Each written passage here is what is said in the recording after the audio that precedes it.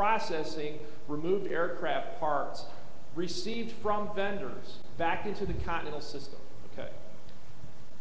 So this is a two-pronged question. One is, how would having uniform standards, okay, for the number of licensed technicians, stateside, airline side, outside vendor side, internationally and domestically, impact your association in a negative way or a positive way? How would it impact it if the FAA were to require say a certain number of licensed technicians per non-licensed technician, like a ratio, or say it was to require certain tasks like flight control adjustments only be performed by licensed technicians? What impact would that have on your association?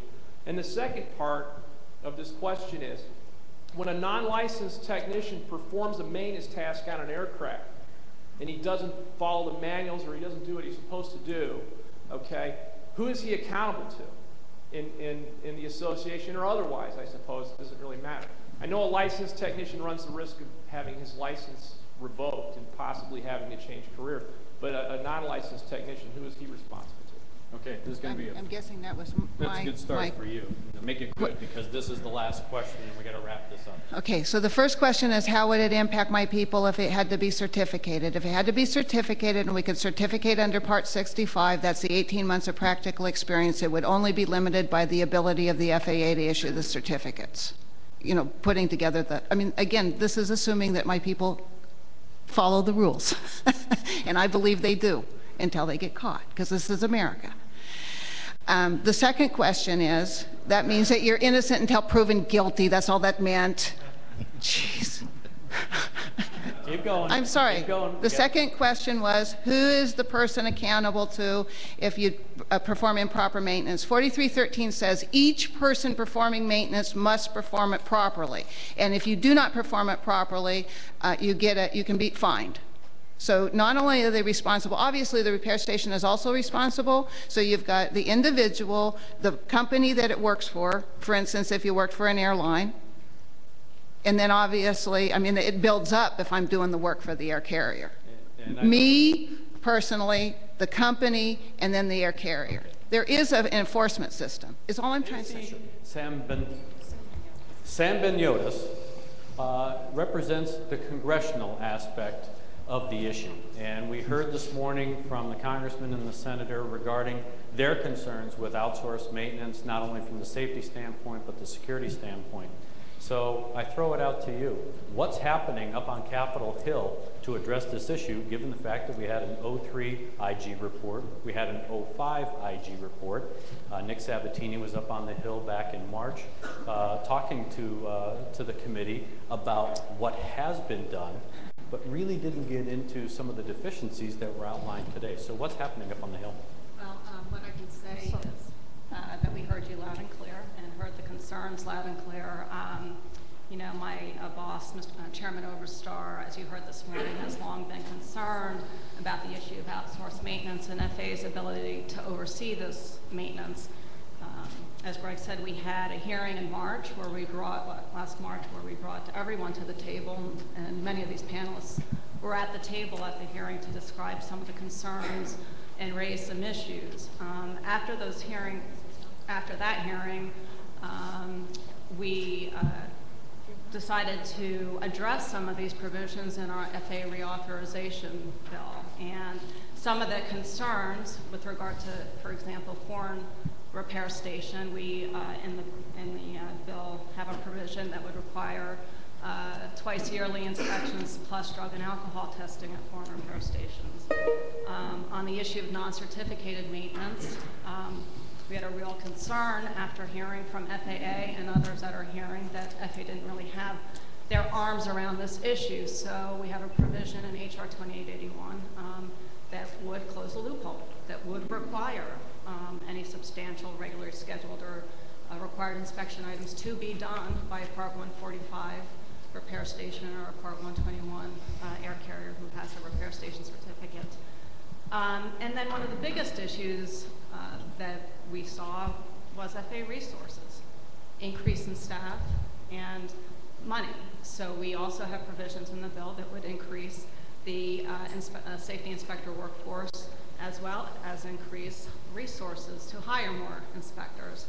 And then one other issue that came to light during the hearing is National Resource Council recommendation that FAA didn't really have an understanding of the kind of staff they needed and where they needed to be, and that they needed to develop a whole new methodology for determining what the safety inspector workforce should look like. So we have a provision, and they made recommendations for FAA to start on a new methodology for their inspector workforce, and we mandate that in the bill as well. So I feel like we've taken what I consider to be the top issues coming from the hearing, and I have consulted with many of the panelists while we were going through the process on these provisions, and the bill passed the House on September 20th, and we're waiting for Senate action still. Okay. And hopefully we'll be able to go to conference sometime during the year. Good. I want to come back to a point about staffing and the staffing models that the FAA doesn't really have, but I want to move over to Rich. And Rich, from the airline mechanic perspective, what is it that you saw this morning that concerns you most, in a brief way, since you didn't have an opportunity to participate in this morning's panel? But really, how does that translate into making the mechanic on the shop floor or in a repair station or in an outsourced maintenance station better? As far as, we know that outsourced maintenance isn't going away. We know that the mechanics in the shop are going to have to do some level of work with some level of oversight. We have control over some, we don't have control over others. So what does that do as far as translate to what you do on that shop floor and getting that maintenance back in-house? Thank you. My name is Rich Petrowski. I'm a 38-year mechanic with United Airlines. I want to talk about a little bit what I saw from the back room this morning. John Golia's passion, as you can see, as he started to get fired up, I believe is something that's carried in every mechanic that works for an airline today. We chose that profession specifically because of a passion that we have for airline, the airline industry, and the aircraft that we work on themselves. Some of the things that we see, we have our own oversight committees within the airline itself. But each of us takes on our own responsibility. I have a stamp, for an example. My stamp is my stamp alone. And every job that I accomplish, every single job I accomplish, every mechanic on the floor at United Airlines accomplishes, is signed off either by stamp or signature. That stays with that paperwork for the entire life of that aircraft, component, engine, whatever's worked on, for the entire life of that aircraft. We're drug tested, we're licensed mechanics, we go through a 10-year background check, we do the work, and then we do an oversight of our own work, and then that work is bought off by the inspectors who come along behind us to approve that work. Myself as a lead mechanic, I approve the work of others. It's a second set of eyes to ensure that that is done. But each of us individually is responsible by that signature or stamp for everything we do. We don't see that as a result of what we're hearing from what's happening in the overseas foreign repair stations and even repair stations within the United States. So there are a lot of concerns that come from that. We see firsthand a lot of the work, as Chris Moore had indicated earlier, work that comes back in-house that we would never consider allowing to go out. We've been told, somewhat chastised, that our problem is we try to make that aircraft like new, to which we respond, that's why we're here. That's what we're fighting.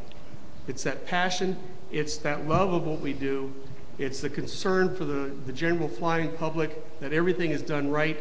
It's done right, maybe not the first time, but before it goes out of that facility for maintenance and back into service. Great, thank you, Rich. And now